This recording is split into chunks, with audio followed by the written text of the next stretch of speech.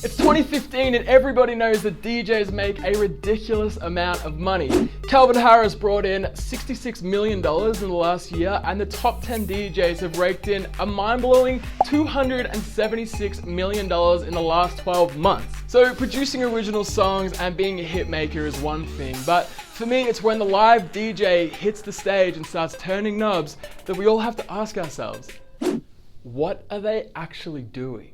So I rounded up a couple of DJs in Los Angeles who helped me answer exactly that, and also helped me squash the popular debate that all DJs do is press play on an iPod and wave their hands in the air. My name is Xavier Brinkman and you're watching the Runaround Sound.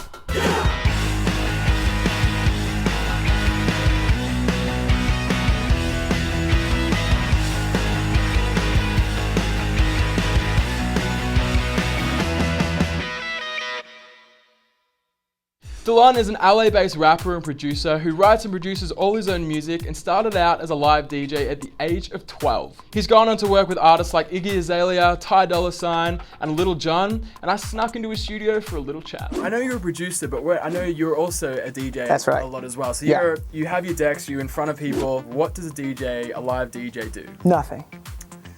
Zero. That's it. Just to finish. You go, peace out, guys.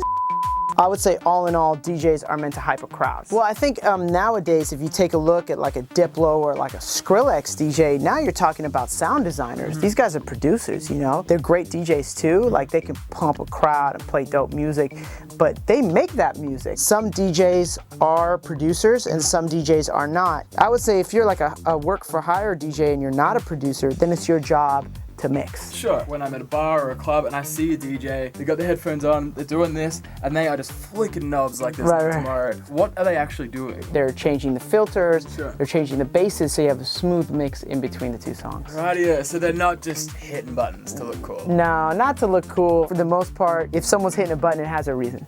Alright, so if you've ever wondered how exactly these electronic tracks are made, Delon gave us a pretty thorough run through of how he wrote and produced his latest track, For Real. I usually start all my songs on the piano, and I kind of just find a chord progression that I like. For Real's a little different because there's not much of a progression. I kind of messed with the bass line, so I went, and I said, let's bring it lower. So I said, I decided I'm not going to change the key or do any chord progression because it's hip hop. So I'm just doing feel like how I want to do it. One bar repeat, Kanye style. And then I decided, yo, let me get to the drums and see how I can make this thing bang. So we started with the hi-hat. So that was kind of like a little bit of the run in the hook. And then it was, so most of this stuff, you gotta remember, it's electronic. So when I think in my head, it doesn't sound like what you hear. So like when I hit that snare, like they stuck on it, don't you, for real? This thing opens into a massive reverb. And I actually took this in there and actually reverbed it out. And then this kick, that kick, instead of using a real kick like this one, like an actual live kick, I went and actually took an 808 because I love 808s, and I decided to just drop it so low that the whole room shakes. We went from the piano to the drums, and then we took that chord progression and I created this synth. It sounds like this. It's got a little bit of grittiness into it, you know what I mean? Like, and I really like the sound, so you hear this whole room shake. But that's how the kick sounds. So that's what I was playing on the drums, right? And then there's the snare that goes along with it.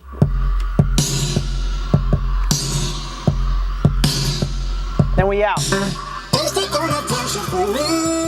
Here's my vocal. That's the hook. So it's like,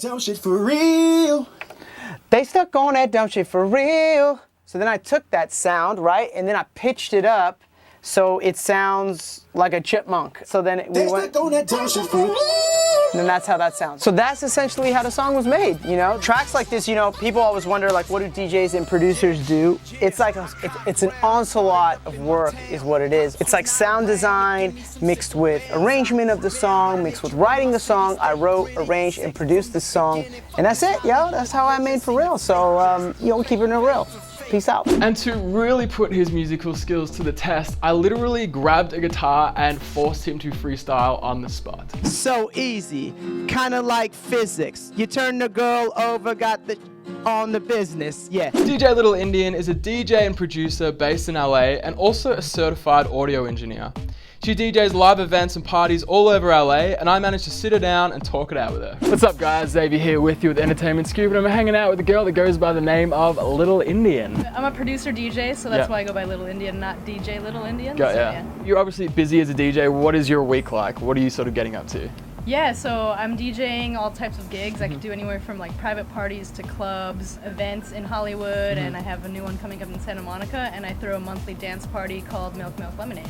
Love it. Love that name. What is Milk Milk Lemonade? It's basically a dance party. Every month we play deep house and we feature mostly female DJs, local, and artists as well. Tell me, what does a DJ actually do? I mean, the main thing about DJing for me is creating energy, like creating a vibe in the event that you're at. I'm not from the DJ world type of thing, so when I see a DJ with headphones on doing this, and you know, it's not at the end of a track or at the start of the track, it's throughout the track, and they're just like touching knobs, just like moving stuff. Yeah. What are they touching, and what does it do when they touch them? The knobs are part of the mixer, and those knobs are actually EQs. Okay. So when you bring in a track, you have to cut the bass of one track so that you can bring in the new bass of the new track. Yeah. Let's say you have like 2 bass EQs up all the way, it's gonna sound crazy, and it's gonna kind of mess up the flow of whatever the people on the dance floor are doing, because they're gonna hear it, they're gonna notice it and be like, wow, what is that? Really? Okay. They actually do stuff. They do The stuff. knobs that they touch are actually doing stuff. Different frequencies. All right, and you have a new single you've just put out, or about to put out. Tell us about it. So I'm really stoked about it. It's kind of like a beachy, housey type of vibe, and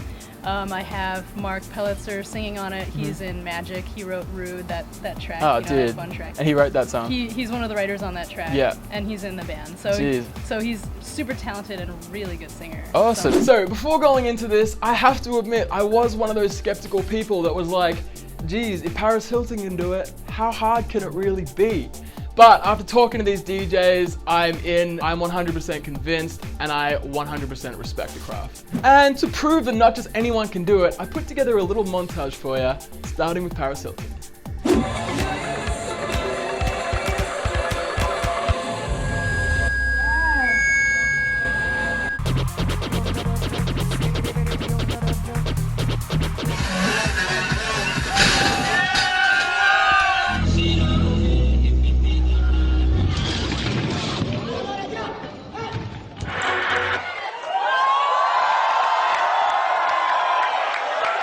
So let me know your thoughts on this whole DJs just press play on an iPod debate below in the comments. I will respond to you, I promise. My name is Xavier Brinkman. You're watching the Runaround Sound. Make sure you check us out next week on Entertainment Scoop. Peace.